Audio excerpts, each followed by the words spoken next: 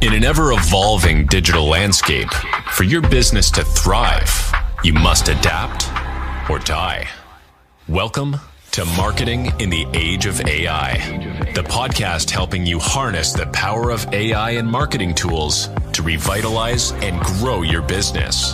And now here's your host, marketing expert and author of Authentic Marketing in the Age of AI, Emmanuel Rose.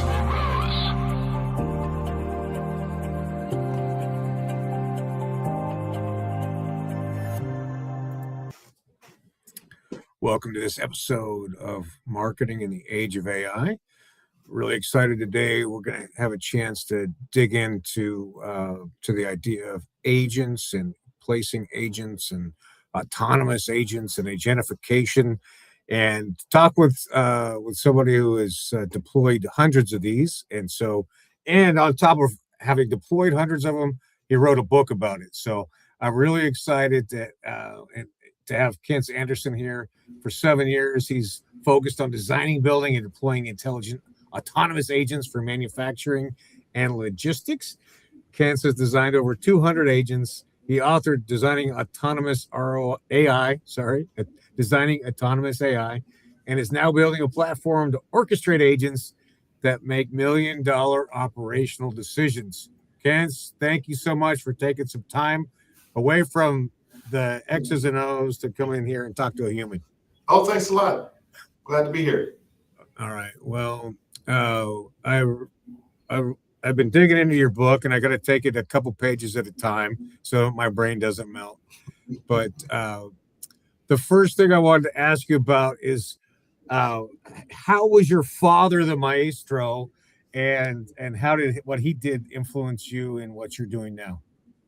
Oh yeah, absolutely. So my father was epic. He was actually born in 1916, and he was a teacher. He taught second grade all the way through college. He was a fantastic musician, which is why I call him maestro. But he was a master teacher, and I got a lot of teaching sensibilities from him, and that really informed my approach to AI a lot, because I really thought, throughout my startup career, I've been working in Silicon Valley-based startups for about 20 years, and machine learning. And I actually worked for the first 5 startups of my career in ad tech, right? So that was one of the first enterprise applications of machine learning.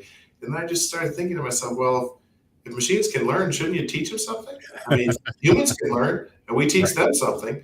And that came from my dad's teaching sensibilities. That's cool. I think that's a cool bridge from the early 1900s into AI. So that's pretty awesome. Well, so you've been involved with AI and agents for a long time, and so in some respects, I'm coming to the party late in terms of that. And I guess, can you give me a summary about how somebody like me, who's a marketer as a profession, should start thinking about how to interact and program or teach an agent for something that I needed to do? Yeah, that's fair. So the first place I'd start is where where most of us started with generative AI as, the large language model, and, really understanding what is ChatGPT doing? And ChatGPT so large language models are based on a technology that essentially determines what symbol or character belongs next to another symbol. Right. Now, it went much farther than many folks thought, but it essentially reads the whole internet, and then it says, for example, these letters belong next to each other. So in the English language, H is much more likely to appear between T and E, the, right, than it is between W and Z. In some other language it might, but in the English language, and so by building those connections and those relationships, it actually learns what to say in a way that makes sense in a lot of contexts. But you got to understand that it's doing that statistically based on what it's reading. It's not like a human mind. It's doing it statistically based on what it's read. So it didn't just read the Wall Street Journal. It also read Reddit, and it read a lot of other stuff. And so that's why, it can say things that that sometimes you go, oh, wow, like it almost seems like a human, it seems biased. Well, because it's biased based on what it read. Okay. Right. Now, from a marketing perspective, that's powerful because marketing in a lot of ways is based on symbols. So images are really symbols if you get down to it, and text is. So things like analyzing marketing copy, writing ad copy, that's something that a large language model can do really, really well. Now, I'm not talking about replacing, entire swaths of human beings. And in fact, I've been doing this for the better part of a decade, and I thought I was going to hear a lot of, as I did this in manufacturing logistics, I was going to hear a lot of, oh, well, can you build an autonomous agent that will help me do this person's job? Right. I hardly got any of that. What I got was, we need more people to be able to do this job. And I think an autonomous agent can sit next to them, kind of like the way we use Waze or Google Maps, and help them do their job better. And I think that's true for marketing jobs and advertising jobs too. Yeah, I would agree with that. And that for the work that I'm doing, building the custom GPTs as a doppelganger for myself to generate ideas or to edit things or to build a custom GPT for a client, right? Like those with the brand book and target markets and ICPs and customer journey and all that stuff like that. I still have to do the thinking around generating all that content in order to teach the GPT how I wanted to generate that next character for me. 100%. So let's talk about teaching for a second, because one way that you're doing the teaching is by constructing and reconstructing and giving more prompts. Like, no, don't do this, do this. And that's part of teaching. That's what coaches do in basketball or chess, or instructors in music. Like, wait, hold on, and you tweak this, tweak that. So that's one way that we're teaching. Another way that I've learned to teach is, for most tasks that aren't inherently like language based, like the whole task is language, like writing ad copy, the whole task is language. Yeah. We actually learn by practicing. So humans become autonomous in most of the things we do by practicing. Love it. Yes. And so most of my experience with agents has been having agents practice doing high value, these kind of high value skills. And so you can introduce practice even in what our platform, my company at Mesa does, is we introduce this concept of practice to the agents. So even if the agents were writing copy, then there's this feedback, because practice involves feedback that says that ad copy was good or bad because people clicked on it or they didn't, or they liked it or they didn't, they filled out a survey or they did, and they liked it or they didn't, kind of thing. And then once you introduce feedback, then a new level of expertise and competence can develop. I think that's genius. And I guess so. Then how do we build that into our workflow when creating an agent? I guess that's the first question. Yes, and so part of what I'm talking about here is, I don't want to use the word experimental, but there aren't a lot of tools out there that allow you to incorporate this idea of practice. And that's why I built my company at Mesa. So I don't mean to, I don't mean to, disappoint, but this idea of practice, in some ways, in the current agent world, which is focused mostly on LLMs, is a little bit hard to come by. Yeah. So what a lot of folks are grappling with in your industry is, how do I introduce my subject matter expertise beyond the prompt? Because the prompt is a powerful way to introduce expertise, but language is ambiguous. Yep. And so if my instructions are exclusively language based to an agent or a team of agents, then there's a lot of ambiguity there. And if we can, so how do you introduce? So I'll speak conceptually as opposed to go use this tool or go use that tool. The first way you introduce practice is by introducing goals. So you introduce feedback and then you introduce goals. So in marketing, the goals are engagement based. The bottom of the funnel engagement goal is conversion. The top of the funnel engagement goal are, they're like engagement metrics. Did someone click? Did someone view? Did someone? And then all the way through that funnel, if you can attach feedback through your digital marketing systems that you already have, your omni-channel digital marketing systems have those feedback at the various levels. So you have to choose your goal based on what engagement you're trying to drive, and then you implement the feedback loops in the algorithms that allow human-like practice. The most common one is called reinforcement learning. It's actually the same technique that DeepMind used to have an agent practice the game of Go and beat the best Go player in the world in 2016, Lisa Stoll.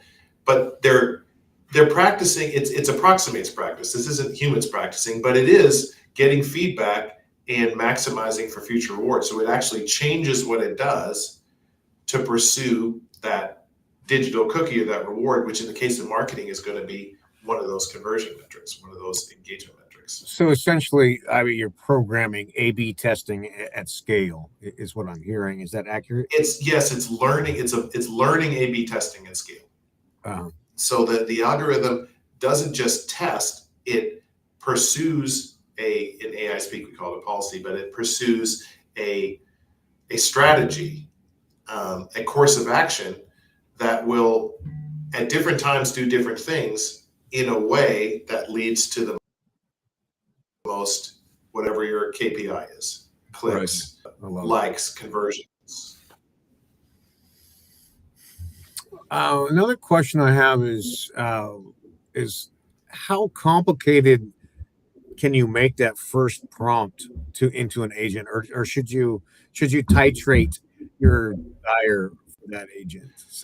Versus that's a really interesting. I want you to go first. Yeah. Okay. Go ahead.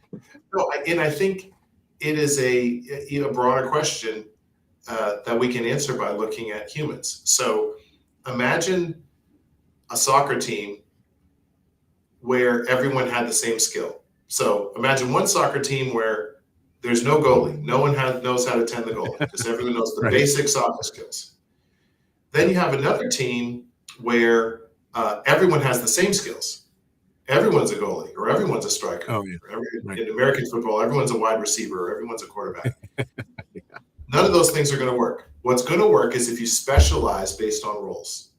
And you specialize based on jobs. And that's what it works for humans and it works for agents because complex tasks decompose into skills. It's like the org chart in your business. You got the marketing person and you got the CFO and all this kind of thing. And so the more you specialize, even at a prompt level, if you're using, prompt style teaching, the more you specialize to the role, to the function, to what you're trying to do, the better outputs you're going to get from the agents. Interesting. Yeah, I love it. That seems so obvious when you describe it.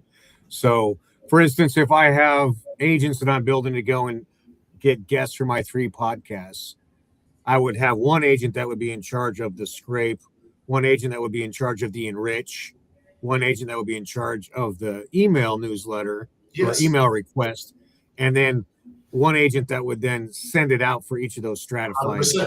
And the reason why that works so well is because those tasks are so different. Yes. And so trying to write a prompt or trying to write any teaching plan that gets you to learn how to do all 4 of those things equally well is very, very difficult. Interesting. Yeah. So that I gotta go. I gotta go fix my agent.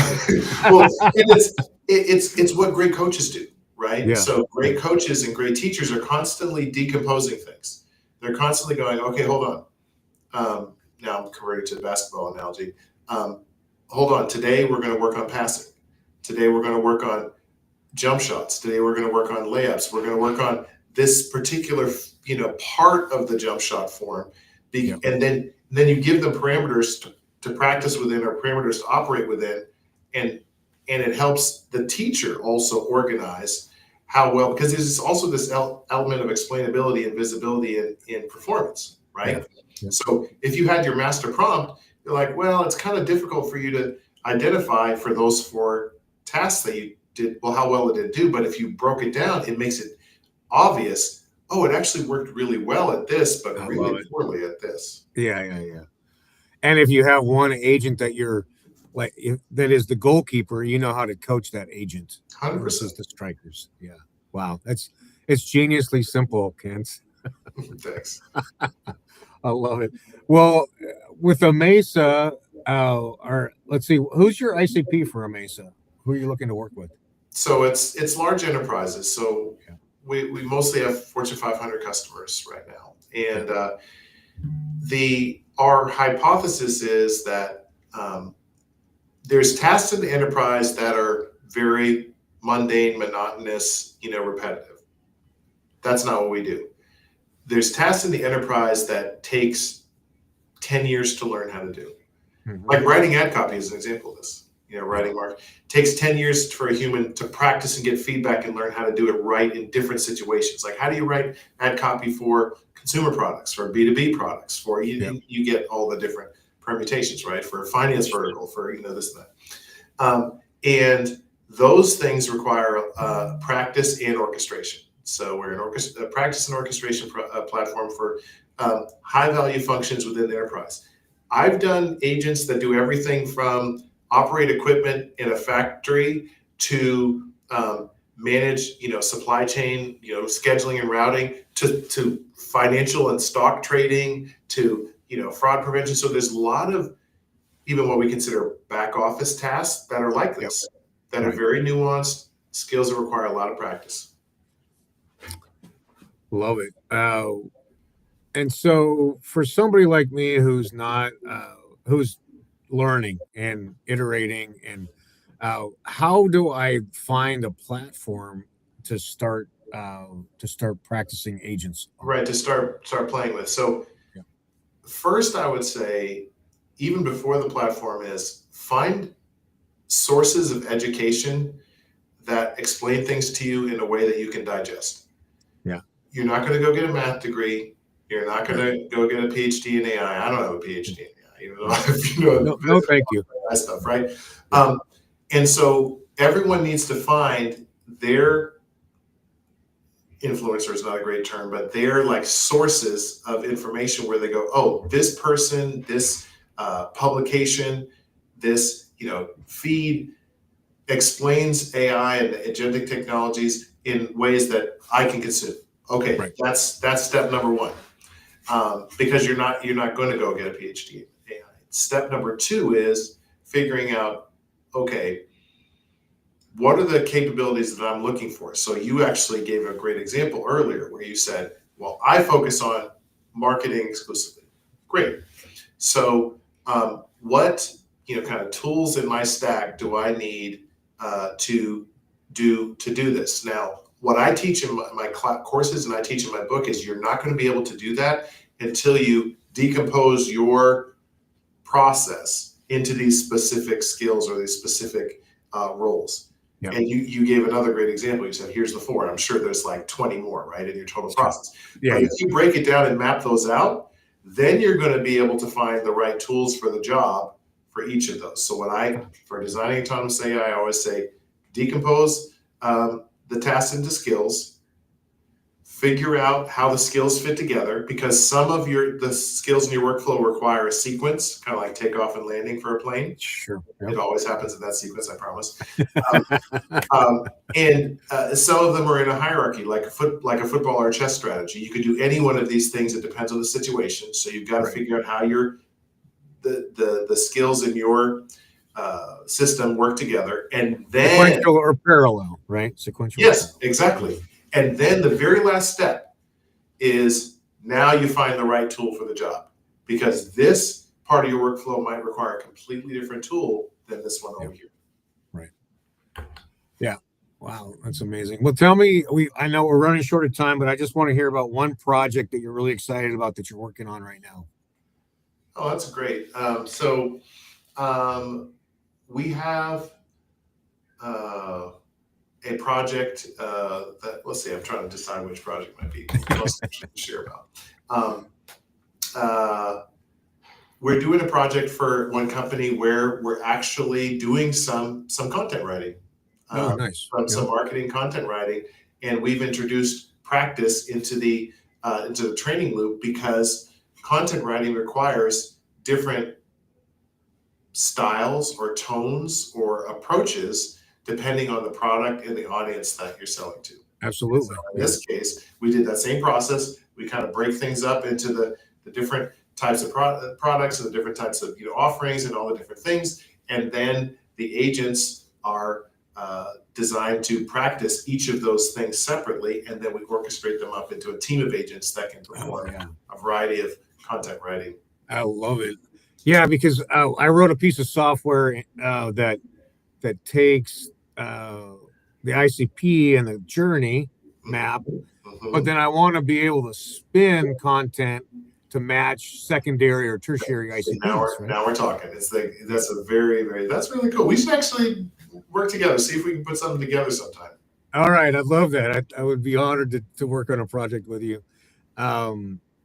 Let's see, the learning. I think that is really the amazing nugget for me from our conversation, and I really appreciate you sharing your process with me and with the audience today. And best of luck with the book, and we'll have links to that in Amazon and to amesa.com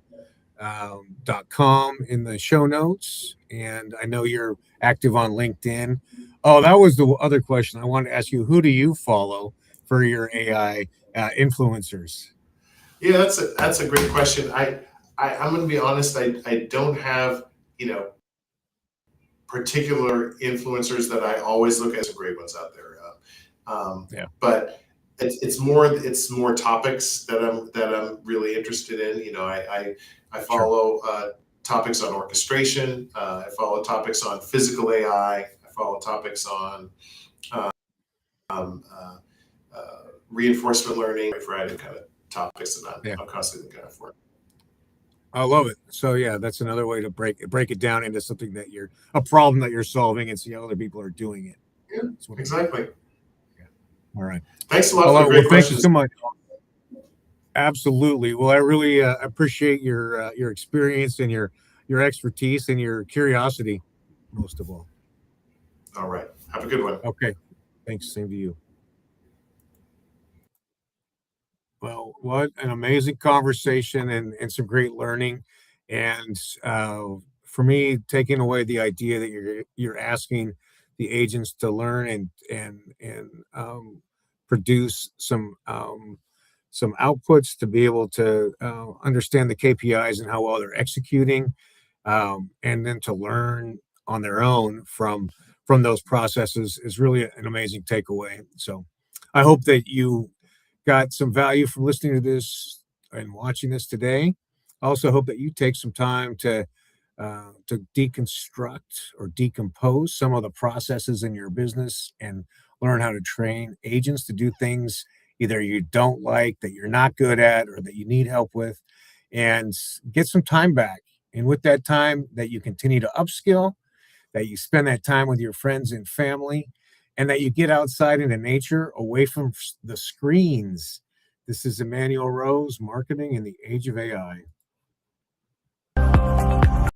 Thanks for listening to Marketing in the Age of AI. Be sure to subscribe wherever you heard this podcast so you never miss a future episode. Your copy of Authentic Marketing in the Age of AI is available at Amazon.com or EmmanuelRose.com. You can also connect with Emmanuel on LinkedIn. Thanks